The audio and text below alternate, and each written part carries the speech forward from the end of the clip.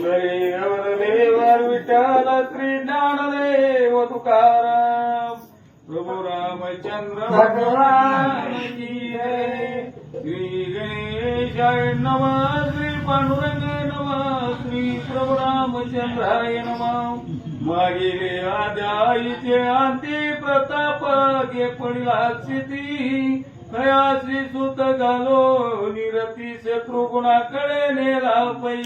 कथेचं अनुसंधान पाठीमागच्या अध्यायामध्ये वीर दमनानं प्रतापाग्याला पाडलेला आहे आणि त्याच्या सारथ्यानं तो प्रतापाग्याचा रथ शत्रुघ्नाच्या समोर घेऊन वाकेला मोर्चित ऐसा वीरजान शत्रुघ्न केला अवलोकन तेने तयाचे चिता लागून दुःख दारुण वाटले। शत्रुघ्नानं पाहिलं प्रतापाग्य राजा मूर्छित पडलेला आहे, त्यामुळे शत्रुघ्नाच्या चित्ताला दुःख वाटलं आणि दुःखही वाटलं, आवेश आला, काय म्हणू लागला मग आवेशे करोना रक्त झाले तयाचे नयन हस्तावरी हस्त चोळून कडकडाचा दंत पंक्ती।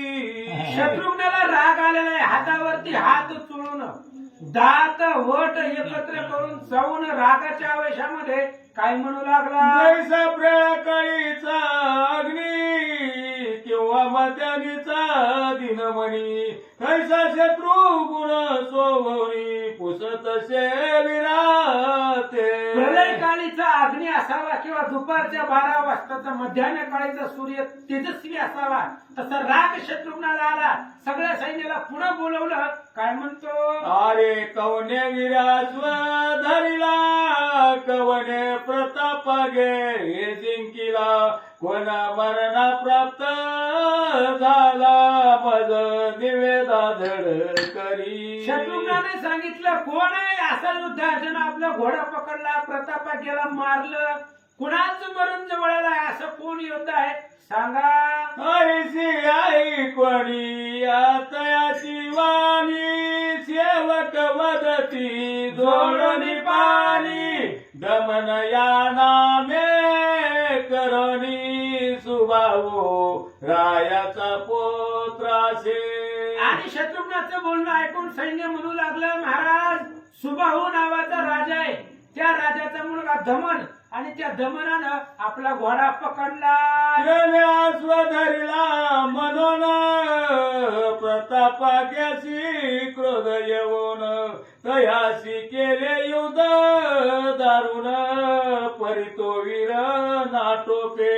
आणि महाराज त्या असणाऱ्या दमनानं घोडा पकडल्यामुळे प्रतापाग्याला राग आला, त्याने स्वतःच्या भाऊबळावरती युद्ध केलं, पण दमन ऐकला नाही असं सैन्य सांगू लागलं। शास्त्री परस्परे आणि तले तेव्हा ती निपुरे शेवटी त्या दमन वीरे प्रतापाग्य जिंकिला।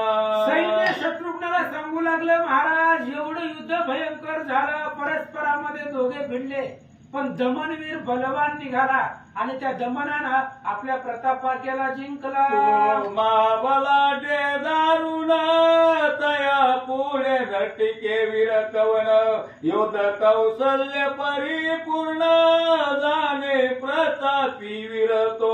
आणि महाराज तो असणारा वीर बलाढ्य आहे, त्या दमनाच्या पुढे कुणीही टिकणार नाही युद्धाला, एवढा बलवान तो आहे असं सैन्य सांगू लागलं। ऐकोनी या दूत वाचना क्रोधे खवळे शत्रुगुण केव्हा पाहिन वीर दमनायचे झाले तयाते। आणि त्या दूताचं बोलणं ऐकलं, शत्रुघ्नाची तळपायाची आग मस्तकाला गेली, रागाने लाल भडक झाला आणि कुठेही तो दमन मला दाखवा असं बोलू लागला। पाहत की प्राण्या लागोनी यमधाले पास घेऊनी ऐसा शत्रुघ्न वीर शिरोमणी समरभूमीशी धावला। जसं प्राण्याचा अंतकाळ आल्याबरोबर यम पाश घेऊन धावतो, त्या पद्धतीने हातामध्ये धनुष्यबाण घेऊन शत्रुघ्न निघाला। दमन केला जो कटक संवार हाय गज पाय दळ वीर ठाई ठाई रक्त पुर वाहून गेले देखिले. आणि शत्रुघ्न जात असताना पाहू लागला त्या दमनाने किती पराक्रम केलेला आहे, किती घोडे, हत्ती, रथदळ, पायदळ, किती सैन्य मारलेलं आहे. शत्रुघ्न पाहू लागला. येणे करून शत्रुघ्न झाला अधिक कोपाया मान म्हणे हा योद्धा मज लागून दावा सत्वरी कोटे तो. शत्रुघ्नानं ते पडलेलं सगळं सैन्य पाहिलं, राग आला आणि सांगितलं तो दमन कुठं आहे दाखवा. इकडे दमन वीर जान रती बैसला धनुष्य घेऊन मने शत्रुवीर मज लागून कोणी न दिसे राजापी. इकडं दमन वाट बघत बसला होता, कोण येतय आता. प्रतापा गेला मारला, आता कोण येतय, पण कोणीच दिसना गेलं. त्याला वाटलं सगळी घाबरली काय की. तव शत्रुघ्ने तयासी अवलोकिले मग सैनिक वीरा प्रति बोले प्रतापे आज्ञासी जने जिंकिले तो हा वीर पाकी. आणि मग तेवढ्या वेळामध्ये शत्रुघ्नानं पाहिलं त्या दमनाला आणि आपल्या सैन्याकडे पाहिलं. बघा म्हणली हाच दमन आहे ज्यानं प्रतापा गेला मारलं. शत्रुघ्न महाराज बोलता आता एका मम वचनायासी वदावया लागून पराक्रमी वीर सुजान गणसिद्ध होती पै. शत्रुघ्नानं आपल्या सैन्याकडे पाहिलं, सांगितलं आता कोण जाणार आहे सांगा मला. जी जाणार आहे त्यानं पुढे या. जो कोणी जाऊन हे असणाऱ्या दमनाला मारील आणि प्रतापाग्याचा बदला घेईल त्यानं स्वतःहून समोर या. कोण आलं. येत की ऐकून या वचन पाये वीराकडे अवलोकून तव पुष्कळ नामा भरत नंदन करी वंदन शत्रुघ्ना. शत्रुघ्नानं पाहिलं कोण जाईल ह्या दमनाला मारायला. तेवढ्या वेळामध्ये भरताचा मुलगा पुष्कर, तोही राजकुमार होता महाराज, तेही निकृत होता. पण आपल्या बाहुबळावरती त्याला असणाऱ्या त्या ठिकाणी सामर्थ्य माहिती होतं, स्वतःचं बळ. त्यामुळे तो पुष्कर धावला, शत्रुघ्नाला नमस्कार केला. मने माझाशी आज्ञा करी मी जावोनी सत्वरी दया वीरासी यम पोरे आताची दावी तो राम कृपे. हे महत्वाचं आहे, राम कृपे. पुष्कराने सांगितलं चुलता समर्थ आहे, काय जरी झालं तरी राम. त्या रामाच्या कृपेनेही दमनाला यमपुरीला पाठवतो. पुष्कर म्हणू लागला जेने आमोचा आश्वधरिला आणि प्रतापाद्य जिंकिला सत्वरी जावोनी तयाला वधुनी सोडितो.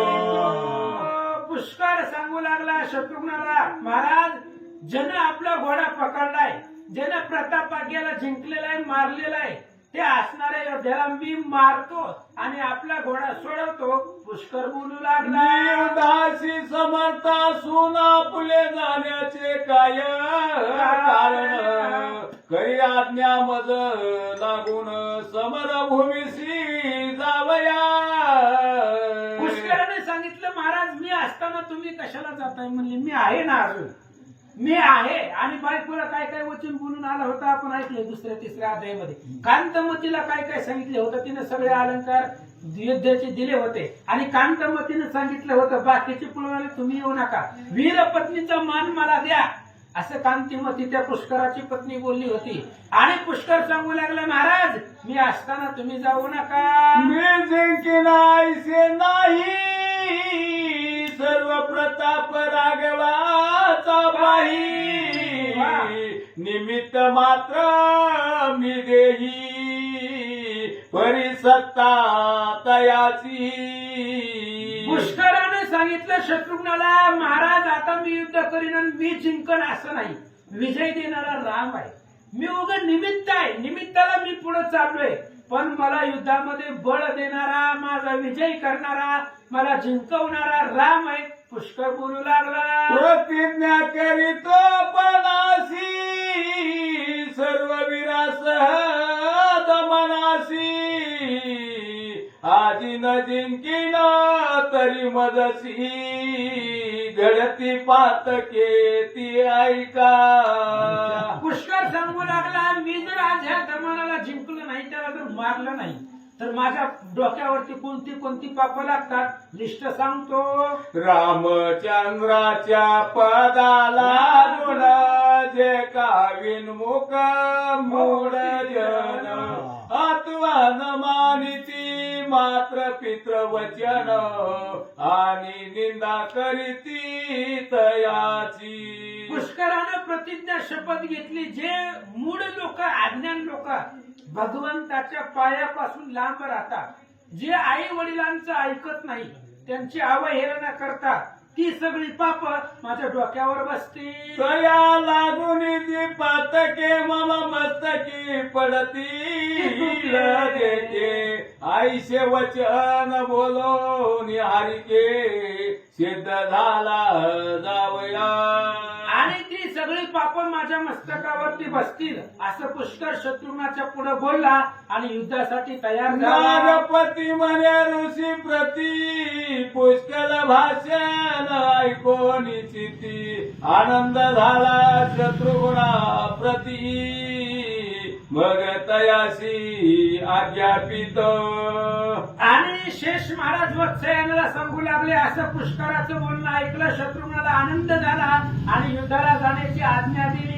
ऐकून या शत्रुघ्न वचन पुष्कळ निघे युद्धा लागून संगे निघाले चतुरंग सैन्य समरभूमी कारणे.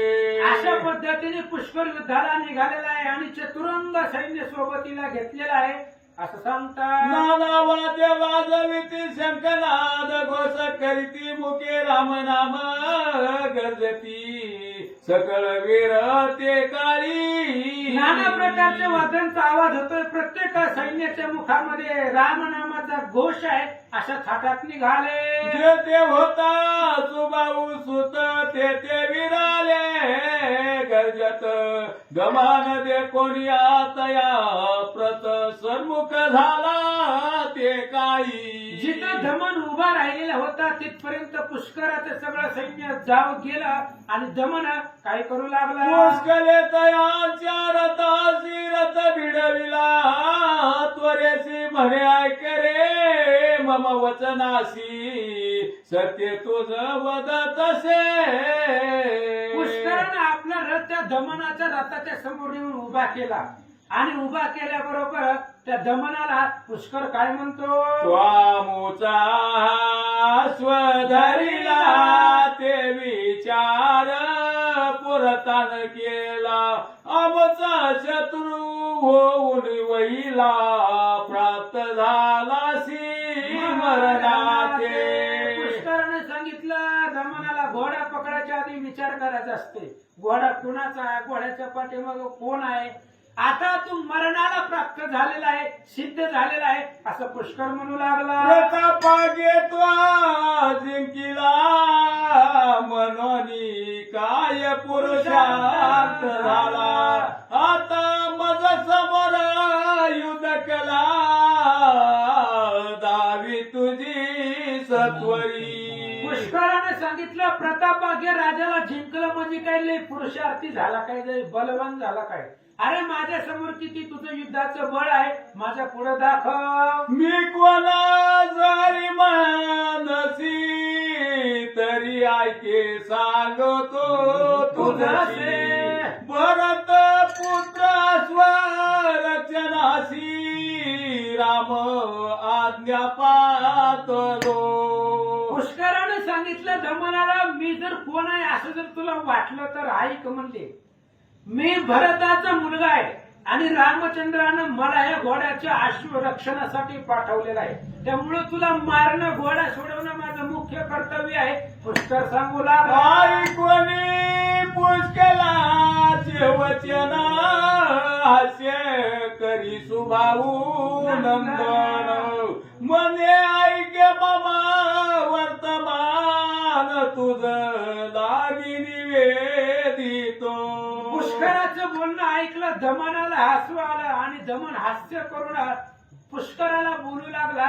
काय? मी सुभाऊचा नंदन मात्र मित्र भक्ती करुण केले पापाचे छलन म्याची आश्वधरी गेला.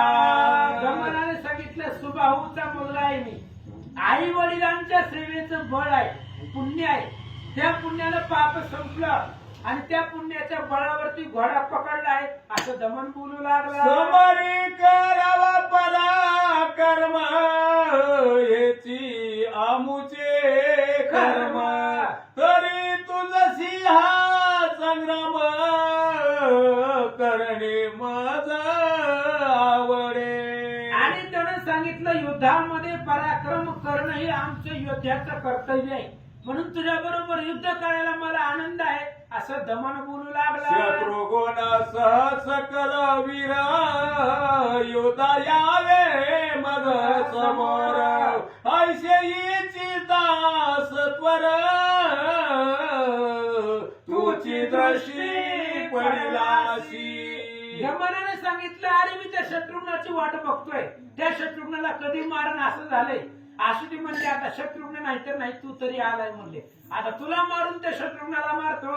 दमन सांगू लागला आता जय किंवा पराजय हे असे प्रार्थनाचे हे कार्य पर्यादी शत्रूचे हृदय भेदी नाहीसे मज वाटे. दमनाने सांगितलं जय आणि विजय ज्याच्या त्याच्या नशिबावर असतंय म्हणले. नशिबानं जय भेटतय विजय भेटतय ती जाऊ दे म्हणले, पण मुख्य कर्तव्य आहे शत्रूला मारायचं ते मी करतो. आता करी अवलोकन ऐसे बोलून या वचन धनुष्याशी चढवून गुण वडिया कर्ण ते धवा. आणि दमनाने सांगितलं आता युद्ध करणं म्हणून धनुष्याला बाण लावला. आकर्ण कानापर्यंत कानाडी ओढली, सोडू लागला. मग बाणा पाटी बाण असंख्य सोडिता झाला दमन जैसा वर्ष ऋतू माझी घन वर्ष जाणत या परी. आणि दमनानं बाणा पाठीमाग असंख्य बाण सोडले. पाऊस काळामध्ये आकाशातून पाऊस पडावा ते थेंब कोणी मोजलेत का आतापर्यंत? कोणाला मोजता येतात का? तसे असंख्य बाण दमनानं सोडले. ते बाणाती दारुण पिढा देती सैन्या लागून वीराचे झाकती नयन आयशे कंदन मांडिले. आणि त्यावेळेस एवढं असणारं युद्ध घनघोर झालं. पाऊसाच्या पेक्षा बाण सोडले. राजकुमाराचे शरसंधान पुष्कर केले अवलोकन मग आपल्या धनुष्या चढून निघून बाण सिद्ध करीत. दमनानं सोडलेले बाण भरत पुत्र पुष्करानं पाहिले आणि काय करतो? हस्ती घेऊन या बाण तयाचे केले अभिमंत्रण मग धनुष्य लावून चपयायचा सोडिला. हातामध्ये धनुष्य बाण घेतलेला आहे पुष्करानं. त्या दमनाचे बाण पाहिल्याबरोबर अवलोकन केले आणि मग धनुष्याला बाण लावला.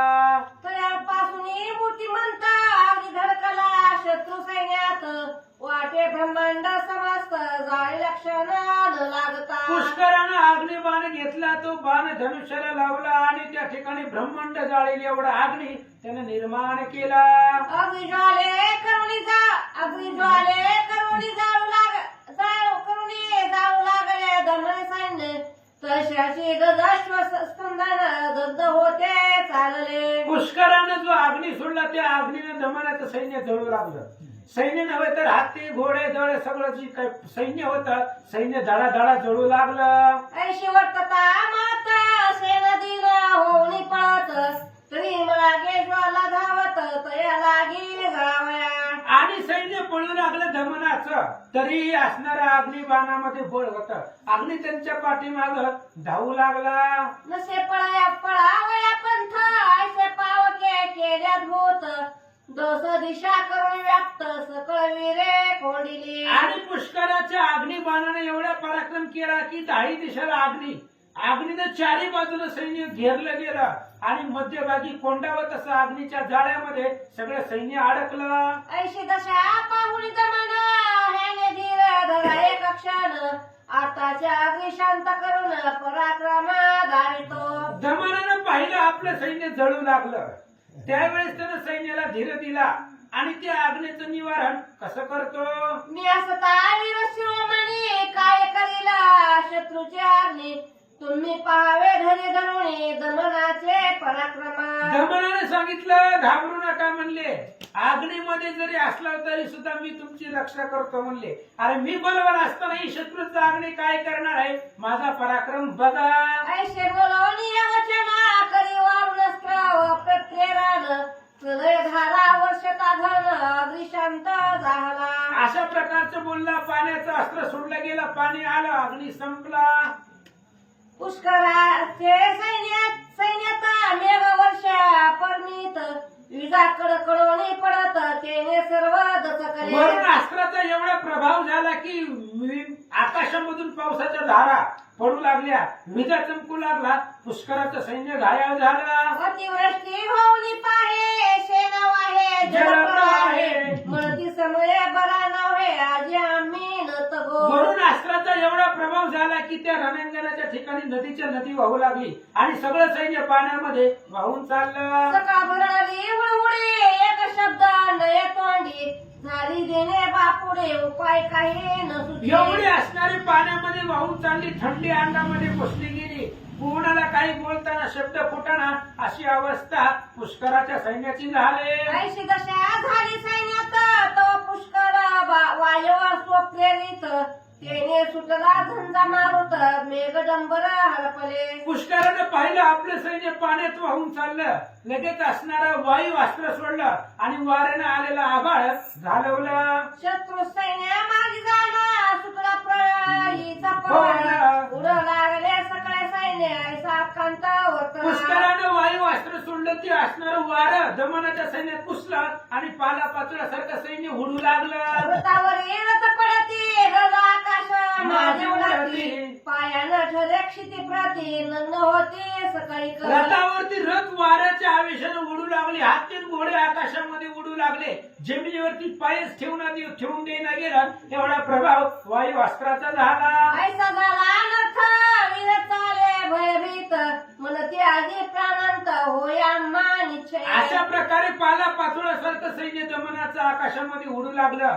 सैन्याने विचार केला आता जगत नाही. श्रेणीच्या अवस्था पाहोली परत अस्त्र सोडी दमन त्यांनी चौकडे कोंडीला पवन सैन्य स्थिर झाले. दमनानं पाहिलं आपलं सैन्य पाला पाचोळ्यासारखं उडाले. पर्वत अस्त्र सोडलं आणि पर्वत अस्त्रानं वायू कोंडला गेला आणि सगळं सैन्य स्थिर झालं. शत्रू सैन्यावरी पर्वत पडती येऊन अकस्मात त्याने सकळ सैन्याची प्राणांत आलायसे वाटले. दमनानं पर्वत अस्त्र सोडलं, त्याचं सैन्य स्थिर केलं आणि पुष्कराच्या सैन्यावर पर्वत येऊन आदळू लागले. पर्वताखाली रथ चूर्ण होती अश्वकुंडार कित्येक मारती महान महान वीर पळती परिपर्वत न देती जावया. पर्वताच्या पर्वताखाली कित्येक सैन्य मरू लागलं. घोडं हाती सगळं त्या ठिकाणी दाबून मरू लागलं. सैन्य पळू लागलं पण पर्वत अस्त्र पुढे उभा होतं. ऐसा वर्तता कांत पुष्कळ वीर काय करीत अभिमंत्रण कमी प्रेरित